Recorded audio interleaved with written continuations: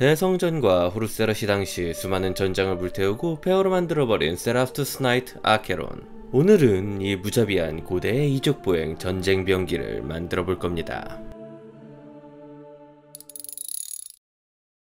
나이트 아케론, 저의 두 번째 포즈월드 킷입니다. 포즈월드의 키트들은 딱 세 단어로 요약할 수 있어요. 비싸고 번거롭고 개같이 멋있죠.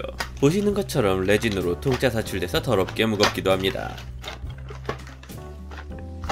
포즈월드 킷을 구매하면 가장 먼저 해야 되는 건 매뉴얼을 보고 모든 부품을 체크하는 일이에요. 플라스틱 모델처럼 공장에서 장비로 뿅뿅 뽑아내는 물건이 아니기 때문에 부품이 누락되거나 이상한 제품이 오는 건 꽤나 흔한 일이거든요.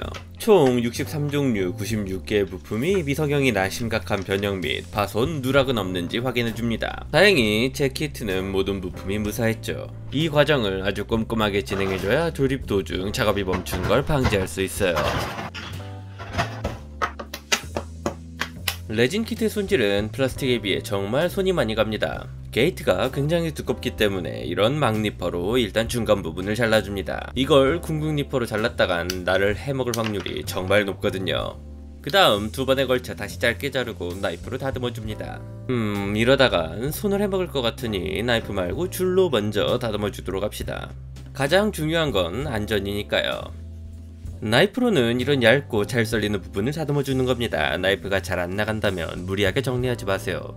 경험상 매우 높은 확률로 손을 해먹거든요.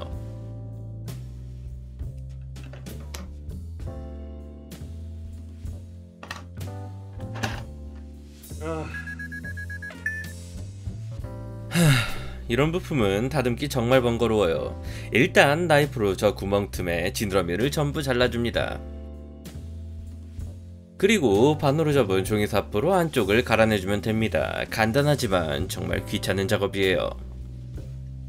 레진 키트는 이렇게 단차가 생기는 부품이 꽤 있습니다. 막 퍼티로 메꾸고 할 정도까진 아니니 나이프로 다듬어 단차를 최대한 없애주도록 하죠.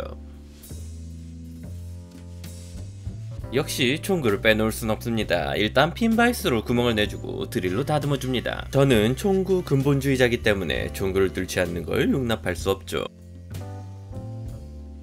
보시는 것처럼 부품이 심하게 휘어 있습니다. 레진 키트에서 흔히 볼 수 있는 현상이죠. 정말 가지가지합니다. 이렇게 휜 부품을 수정하는 건 어렵지 않아요. 드라이기에 뜨거운 바람으로 부품을 고문해줍니다. 부품이 달아오를 때까지 확실하게 조져줍니다. 그러면 부품이 몰랑몰랑해지는데 이때 펴주면 되죠. 자, 보세요. 아주 깔끔하게 펴졌습니다. 니퍼와 나이프만으로 만들 수 있다면 레진 키트가 아니죠. 레진 키트는 톱질도 해야 됩니다. 진짜 준내게 두꺼운 게이트가 있거든요. 그리고 개판이 된 책상을 볼 수 있습니다. 레진 킷을 멀리하고 플라스틱 킷을 가까이 하는 게 정신건강에 이롭습니다. 뒤처리도 훨씬 쉽고 말이죠.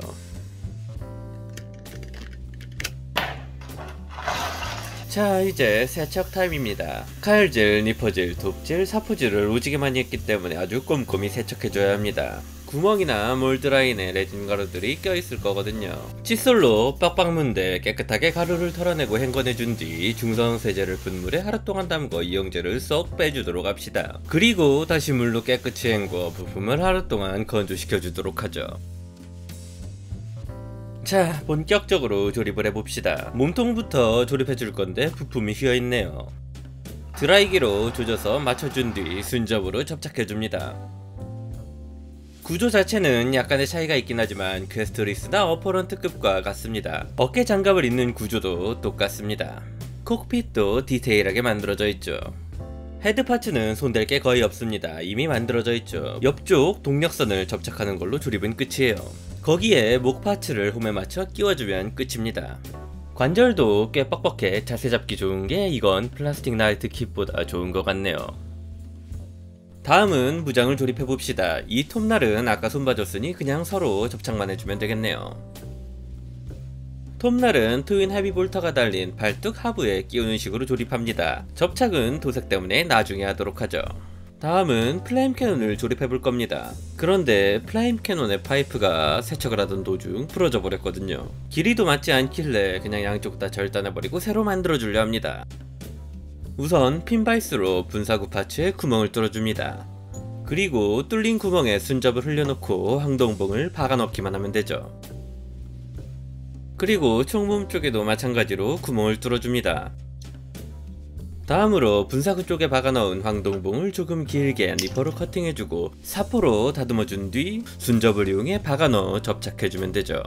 양쪽 다 파이프를 만들어주면 꽤나 그럴싸해집니다. 이 파츠도 역시 도색을 위해 일단 분리한 채로 놔둘 거예요. 다음은 상완부입니다. 무장과 몸통을 연결해주는 부분이에요. 이 파츠의 구조 역시 플라스틱 나이트와 크게 다르지 않습니다. 다만 몸통에 걸리는 부분이 없어 자세를 잡기 어렵기 때문에 일단 자석질을 해주려 해요. 일단 네임펜을 이용해 중심을 표시해주고 핀바이스로 구멍을 파준 뒤 드릴을 이용해 다듬어 자석을 박아 넣어줍니다. 무장까지 달리면 무게가 꽤나 나가기 때문에 좀 큰 사이즈의 원형 자석 2개를 박아 넣어줬습니다. 높이도 정확히 맞춰야 하죠. 몸통 쪽도 동일한 방법을 이용해 작업해 자석을 박아 넣고 테스트해줍니다. 하는 김에 머리 부분도 자석질을 해줬습니다. 목이 꽤나 자유롭게 움직이네요. 다음은 다리를 만들 차례입니다. 이 킷에서 가장 마음에 드는 부분이에요. 플라나이트와는 다르게 각 관절과 실린더까지 개별 부품으로 되어 있어 포징이 자유롭습니다. 이번에 발매되는 플라스틱 세라투스 나이트도 이 구조면 정말 좋겠어요. 포즈를 잡아줘야 하니 가동과는 상관없는 부분만 먼저 조립해줍니다. 다음은 등 쪽에 붙는 연료통인데 꽤나 많은 부분을 가려버립니다. 이건 뭐 도색이 끝난 다음 접착해주면 되는 일입니다. 진짜 문제는 이 연료 케이블이에요. 연료통과 무장을 연결해주는 부품인데 포징을 굉장히 제한해버립니다. 드라이기를 이용해 펴줄 수도 있지만 그래도 한계가 있어요. 그러니 잘라버립시다. 절단면을 사포로 정리해주고 빈바이스로 구멍을 내주고 리드선을 박아 넣어주면 되죠. 그럼 이제 자유롭고 플렉시블한 케이블을 만들 준비가 됐습니다. 그렇게 집착에 가까운 케이블 개선이 시작됩니다. 미칠 듯한 사포질, 핀바이스로 구멍 뚫기, 거기에 세척까지 이 집만 하루 종일 해줬습니다. 케이블 파츠들이 건조되는 동안 베이스를 만들면서 포즈를 잡아줄 거예요. 얼마 전 도료를 사러 갔다가 발견한 요 디오라마 킷을 이용할 겁니다. 적당히 레이아웃을 잡아주고 블루텍을 이용해서 요리조리 포즈를 잘 잡아줍니다. 아무리 멋있는 모델이어도 포즈가 어중간하면 전체적인 완성도가 떨어져 보이죠. 키트의 손질과 도색만큼 중요한 게 모델의 포즈예요. 제가 모델을 조립할 때 가장 시간을 투자해 신경 쓰는 부분입니다. 포즈를 잡았다면 고정해주고 나머지 부품도 조립해준 뒤 베이스를 만들어줍니다. 베이스에 메인이 될 전력탑을 조립해 완성해주고 배치했던 레이아웃을 한 번 더 확인해준 뒤 톱으로 썰어줍니다. 이제 베이스에 젤스톤을 치덕치덕 전체적으로 쳐발라준 다음 전력탑을 배치해서 건조시키면 베이스는 끝입니다. 상체 포즈를 쉽게 잡기 위해 발 부분에도 추가적으로 자석질을 해줍니다. 거기에 연결될 리퍼 체인 피스트도 조립해주고 말이죠. 그리고 이제 아주 약간의 디테일업을 해줄 거예요. 일단 콕핏의 해치가 개폐식으로 되어 있는데 손잡이가 없어 굉장히 불편합니다. 가지고 있던 비트 중 손잡이를 해치에 달아줄 거예요. 그리고 전 시체 황제 따윈 섬기지 않기 때문에 카오스 엠블렘을 박아 넣어줄 겁니다. 거기에 데몬 프린스를 만들 때 남은 비치를 이용해 가우스 다음을 한 스푼 추가해 주도록 하죠. 이제 도색을 시작해봅시다. 우선 블랙 프라이머로 프라이밍을 해줘요. 키트의 크기가 크기인 만큼 시간이 한참 걸립니다. 중간에 컴프레서가 과열로 뻗어버려서 2번에 걸쳐 프라이밍을 해줬죠.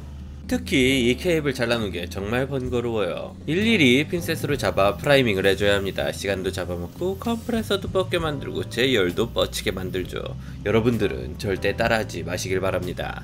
프라이밍이 끝나면 묵직한 금속의 느낌을 주기 위해 장갑을 제외한 모든 파츠를 번트 아이언으로 도색해줍니다.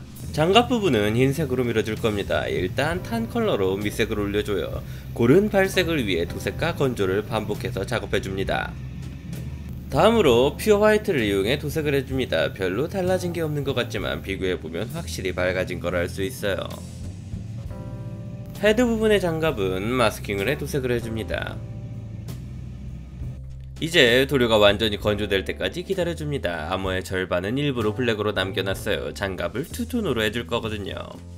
장갑의 가장자리는 바에오 다크스틸로 따줍니다. 다크스틸 컬러가 흰색에 잡아먹힐까 걱정했는데 괜한 걱정이었네요. 금색으로 했으면 검은 장갑에서 너무 눈에 띄었을 겁니다. 스크리밍 벨 컬러로 각종 배기구들을 도색해줘요. 방열이 잘 되는 느낌을 주고 싶습니다. 그냥 무거운 금속색으로 밀어버리긴 너무 심심하기도 하고 말이죠. 이제 이 컬러들로 검게 남겨놨던 아머들을 조져줄 겁니다. 지옥같은 작업이 기다리고 있죠. 우선 라인업 사이드로 아머 전체를 밀어줍니다. 그 다음 메피스톤 레드 컬러를 얇게 풀어 전체적인 톤을 잡아주고 나머지 컬러들을 사용해 적절히 붓질을 해주면 요런 그림들이 탄생하게 됩니다. 저는 그림의 소질이 없기 때문에 시간을 때려박을 수밖에 없었죠. 대략 한 파츠당 6시간은 걸린 것 같네요. 이제 나머지 부분은 간단한 것밖에 없어요. 일단 연료통을 메피스톤 레드로 밀어줍니다. 기체 구석구석에 있는 전선도 블랙으로 밀어주고요. 흰색 장갑은 이대로면 너무 심심하니까 라인 오브 사이드 컬러로 스펀지 치핑 테크닉을 사용해 웨더링을 해줍니다. 스펀지가 잘 안먹는 평평한 부분은 붓으로 점을 찍어 표현해주고요. 이제 무장들을 조립해줍시다. 리퍼 체인 피스트에 톱날도 연결해주고 화염 방사기도 순간 접착제로 접착해 완성해주자고요. 화염 방사기를 만들어줬으니 연료 케이블도 조립을 해줘야겠죠. 박아놓은 리드선을 니퍼를 이용해 적당한 길이로 잘라줍니다. 그리고 두 개의 리드선에 조각조각 냈던 케이블 파츠를 끼워줍니다. 이 과정을 수십 번 반복해주면 드디어 자유를 찾은 케이블이 완성되죠. 제가 생각해도 미친 짓입니다. 이제 장갑부를 제외한 모든 파츠를 조립해 어색한 부분은 없는지 체크를 한번 진행해줍니다. 포즈도 나쁘지 않고 화염 방사기와 연결된 케이블도 문제없이 잘 움직입니다. 영상에선 생략됐지만 각 파츠의 기본 디테일도 도색이 끝났으니 이제 유광 마감제로 1차 마감을 해줍니다. 유광 마감을 했다는 건 오일 워시를 해주겠다는 뜻이죠. 미스터 아비 웨더링 컬러 그라운드 브라운으로 아머의 테 부분을 도색해줍니다. 도료가 건조되면 화이트 스피릿을 묻힌 면봉으로 조금씩 닦아내주면 돼요. 테 부분은 너무 무겁지 않게 가볍게 웨더링을 해줍니다. 장갑 부분엔 오일 닷 웨더링이라는 테크닉을 사용해보려 해요. 오일 페인트를 이용해 몇 가지 색을 이용해 작은 점을 여러 개 찍어줍니다. 그 다음 붓을 이용해 쓸어가며 색을 블렌딩 해주면 되는데 중간에 귀찮아져서 그냥 평소 하던 대로 어두운 갈색으로 밀어버렸습니다. 키친타월로 도료를 여러 번에 걸쳐 닦아내주고 세로로 붓질을 해 녹이 흘러내리는 느낌을 표현해줍니다. 그걸 다시 닦아내주면 아주 자연스러워지죠. 이제 끝이 보이기 시작합니다. 각종 디테일에 브라운 오일 워시를 먹여주고 번트 아이언으로 도색한 모든 부분은 블랙 오일 워시를 해 묵직함을 추가해줍니다. 워시가 완전히 건조되면 곳곳에 도색이 벗겨진 곳이 눈에 들어옵니다. 이걸 번트 아이언으로 드라이 브러쉬에 수정해주자고요. 이대로 마무리를 해줘도 좋겠지만 한 가지 디테일을 추가해보려 합니다. 화염 방사기가 영 허전하거든요. 우선 세라핌 세피아 쉐이드 컬러를 에어브러쉬로 화염 방사기 절반 정도에 올려줍니다. 그 다음 세라핌 세피아를 올린 곳에 3분의 2 정도를 카로버그 크림슨 쉐이드 컬러로 올려줘요. 이제 그중 절반을 드라켄 오픈 화이트 쉐이드로 도색해줍니다. 마지막으로 총구 끝 부분을 널른 오일로 도색해주면 열로 인해 총구와 총열이 타들어간 머즐번 효과의 표현이 끝나게 되죠. 이제 각 파츠를 분해 무광마감제로 올려줍니다. 도색이 벗겨지는 걸 최대한 막아주기 위해 캔 한 통을 다 써서 두 번에 걸쳐 마감을 쳐줬어요. 마감을 친 파츠들을 통풍이 잘 되고 서늘하고 습하지 않은 곳에 완전히 건조시켜주면 이제 끝이 아닙니다. 아직 해야 할 일이 남았죠. 헤드 파츠에 건들지 않은 부분인 렌즈를 손봐줄 겁니다. 드릴로 디테일을 해치지 않게 안쪽만 좀 파내주고 순간 접착제 한 방울을 첨가해준 뒤 동네 잡화점에서 2,000원에 사온 요 원형 큐빅을 박아 넣어줍니다. 빛을 받아 반짝거리는 렌즈가 아주 마음에 드네요. 도색만으로는 낼 수 없는 느낌이죠. 나머지 렌즈도 표현해주기 위해 글립에 큐빅을 박아 접착해주고 줄로 다듬어줍니다. 힘 조절을 잘못하면 날아가 버리기 때문에 보석을 세공하듯 섬세하게 다듬어줘야 하죠. 조심스럽게 다듬은 큐빅을 마찬가지로 옆쪽 렌즈에 박아 넣어줍니다. 정말 완벽하게 딱 맞아떨어지죠. 나머지 가운데 렌즈도 똑같이 다듬어 넣어줍시다. 그럼 헤드도 완성이에요. 모든 파츠들이 준비됐으니 나머지를 전부 하나로 합쳐주면 이제 진짜 정말로 완성입니다.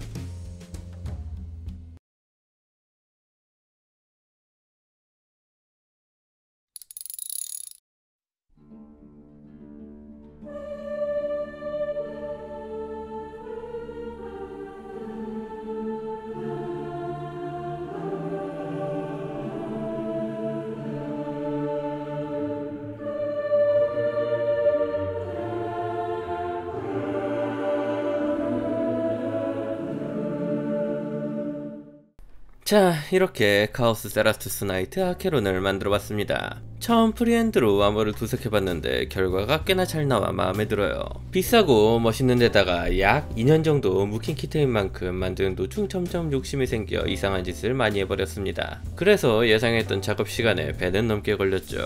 대표적으로 별로 쓰잘데기 없어진 연료 케이블이 있죠. 이건 정말 미친 짓입니다. 포즈를 잡기 위해 팔에 자석질을 해줬지만 달랑거리는 게 그다지 보기 좋진 않으니 순접으로 접착해줄 겁니다. 만드는 도중 세라투스 나이트 랜서의 플라스틱 킷 예약 주문이 시작됐지만 당분간 나이트는 만들지 않을 겁니다. 오늘의 턴테이블은 모델이 너무 길쭉한 관계로 세로 포맷으로 보내드립니다. 스마트폰으로 보시면 편하실 거예요. 자, 그럼 오늘도 영상을 시청해주신 분들께 감사드리며 여러분 모두 즐거운 하비라이프를 보내시길 바랍니다.